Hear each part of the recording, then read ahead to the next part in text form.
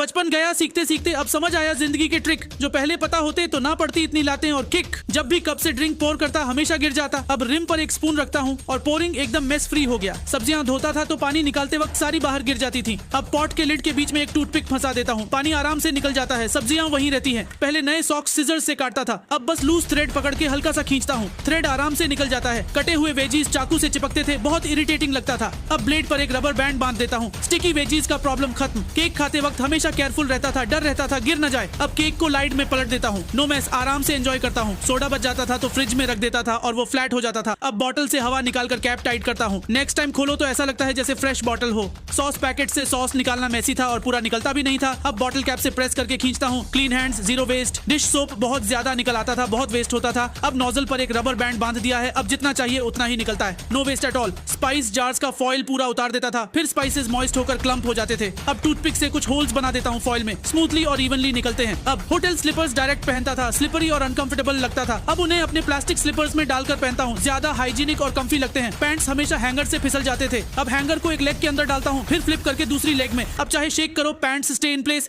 Sweaters hanging से stretch हो जाते थे, अब आधा फोल्ड करके हैंगर को आर्मपिट्स के नीचे से डालता हूँ और स्लीव्स और बॉटम को ऊपर से लेकर देता हूँ। स्वेटर हैंगिंग का सही तरीका यही है, राइट। ऑयल बॉटल की रिंग पुल करता था और तुरंत डालता था, ऑयल स्प्लैटर करता था और कंट्रोल नहीं होता था। अब रिंग को अंदर की तरफ पुश कर देता हूँ, no splatter, easy to control flow. Milk tea bags में डालता था, वो गिर जाते थे। अब पहले एक डालता हूँ, फिर बैग को फिगर 8 में ट्विस्ट करता हूँ और फिर दूसरा डालता हूँ, कोई स्पिल नहीं होता। रबर रिंग्स लगाना मुश्किल लगता था, अब एक स्ट्रिंग को हाफ फोल्ड करके रिंग में डालता हूँ, ग्रूव में हुक करके दोनों साइड से खींचता हूँ, हो गया। बैंड एड फिंगर्स पर लगाता था, जल्दी गिर जाता था। अब दोनों एंड्स पर स्लिट